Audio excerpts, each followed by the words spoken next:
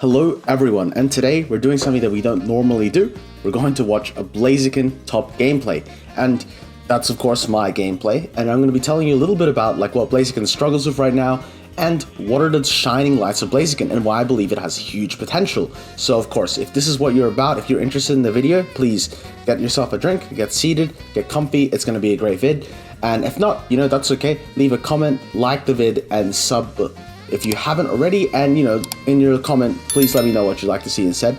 I'm all for producing more content. So, alright, let's get started. And as you can see, I'm going Blaziken top here, and the lane phase starts in a nice, decent way. I'm not against the most scariest laners in Glaceon and Trevenant, so I'm not too worried. But a little bit about Blaziken. So, this Pokemon really struggles until level 5. Torchic isn't terrible, but it isn't good enough. And not being good enough in the top lane makes it really struggle in terms of the bigger matchups. And when I talk about the bigger matchups, I'm talking about the Blastoises, I'm talking about Buzzwole, I'm talking about Zacian, I'm talking about Mewtwo X. It doesn't match up to them, and it has almost no pressure against them, with little chance to secure. So when you actually go into these matchups, you have to be thinking of Blaziken, how do I maximize my output in the start of the game? I want to hit level 5 fast, I want to get my stacks, and I want to be in the game as soon as possible, because Blaziken's true light shines when it hits level 8 and you get these switching moves, but we'll talk about that more in a second. But yeah, so this is one of the points where Blaziken struggles with, and it comes online a little bit later.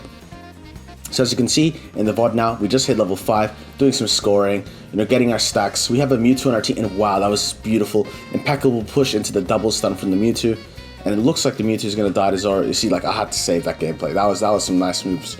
But you know what, Zoroark's going to gift. And this is where the gameplay starts to get really good for Blaziken. This is why I think Blaziken's a really good character, because at this point, you have level 5 in the lane, you're not upset about it.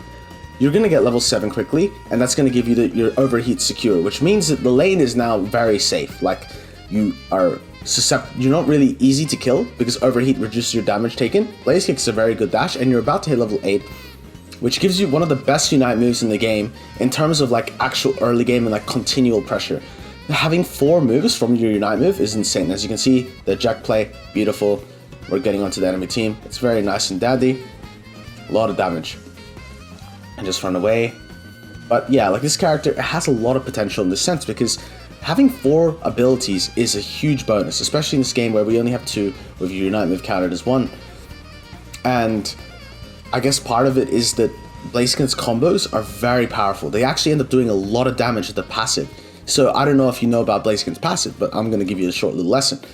Blaziken's passives are the little marks you see above anything that Blaziken hits with abilities or auto attacks, and basically every time it has been hit 5 times, it explodes, dealing a decent amount of damage and healing Blaziken for it. So it's actually really good, because Blaziken gets a sustain, gets the healing, and also gets a good in the game. So you can engage, you can deal extra damage, and you get healing. It's really good.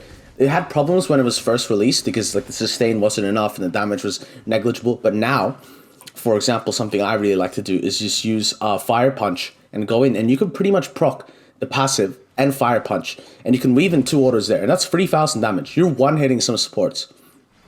It's very big. It's a big impact on the game, and as you're going to watch throughout this gameplay, the enemy team, when I have the Comfy on me, I have too much sustain. It's almost impossible to track me down, even though they have Clefable, even though they have Chandelure, characters that really excel, I'd say, in dealing with these sort of semi-mobile characters. It's not that Blaziken has instant mobility. I'm not ninja teleporting on top of them. I'm coming at them in angles, but I am still, I'm approaching, and they can see that. So as you're going to watch, wow, line him up for the overheat. That was just beautiful. Chef's kiss. Really good comfy stun there. And as you can see, even despite all the CC, Blaziken's one of these characters that really excels in a large CC environment, because of its ability to be unstoppable for so long and melt the tanks.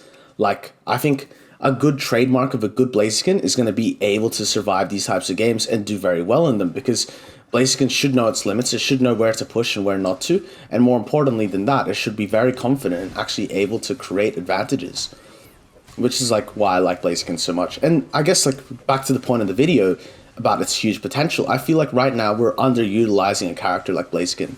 The abilities are not being used correctly and at the right times, and more often than not, Blaziken players are putting themselves behind for the majority game and not actually able to find their opportunity to capitalize on.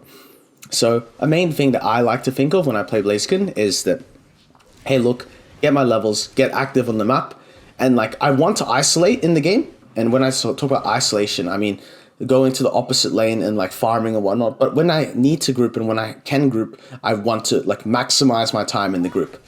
Like I don't want to be isolated unless I'm under leveled or really over leveled. And so like anywhere in between, you actually want to group up quite a bit because you're quite helpful in a team. Like you have this engage ability, you have a huge AoE damage and overheat and damage reduction, you have a stun with Blaze Kick, and you have the Aura Sphere, which is like a big Hadouken, and it's the hugest radius in the game. Guys, like you use that and you can hit someone from halfway across the screen. Like the gameplay you're watching now, if you use Hadouken in any direction, it'll hit someone off screen. It's very important to know. So yeah, as you can see, I'm really damage farming in this situation. I'm like, oh, okay, like we can maybe get something here. But I'm happy to isolate in this situation. I have the comfy. I can keep their whole team here. They can't do anything to me. And that's an important thing to notice. Like, you need to play Blaziken like you were a strong character, even if you're a little bit behind. But you need to understand that, okay, yeah, the moment things get risky for you, it's time to dip. You have 2 mobility moves and 2 stuns. Like it's you have a lot of things to be able to escape. And as you can see, look, it's just I re-engage, disengage, re-engage, disengage. I'm gonna die here for sure. Like their whole team is on top of me. So of course it's a given. But if you think about that in terms of like how much space Blaziken's able to create, it's insane. It's really good. So I'm a big believer. I've been a big believer in Blaziken for a while. It's just that this is one of the games I think like Blaziken excels the most in, but yeah, it's gonna be hard to see where it falls because we're in a meta right now where I guess like if you haven't watched any of the meta snapshots or anything like that, we're in a meta right now where Blaziken in the top lane it's hard to imagine. Like you have the big bulky tanks, and then I'd say like once you start picking Blaziken, you open Pandora's box. Like if we pick Blaziken, what are we gonna pick next? Like Azumarill, Cypher, Scissor, all these other characters come to mind. Like, and I think maybe yes, there's an open discussion for them.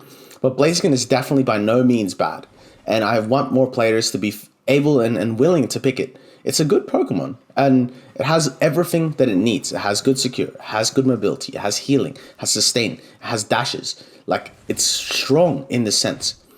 What it is probably missing is just the ability to completely lock onto someone without actually, like, you know, aiming an ability. And I guess, like, that's the short hit move probability problem. But I guess, like, you know, we see Blastoise and we see Buzzwole. They don't have short hit moves, but they are played very, like, highly. I mean, I guess technically Blastoise does have a full short hit move. That's a nice little quadra kill to cap it off. But yeah, in a discussion about the top lane, I think this is something that, you know, top laners can learn a lot of. Like, Blaziken is a good Pokemon if you're willing to exchange early game. And then you have to understand, what are we giving up? What's an early game? You have to go with all this rationale in your head and realize, hey, look, what's valuable in a game of Pokemon Unite? And once you understand that, you're going to do really good as Blaziken.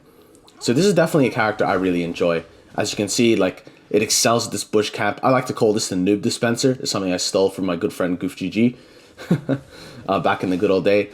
And the reason we call it the noob dispenser is because they jump out of the base right onto that spot and then you just kill them straight up. So it's pretty nice. As you can see, like, look at the mobility, the willingness and ableness of Blaziken to get into the fights and stay in the fight, like at a healthy point. It's so powerful.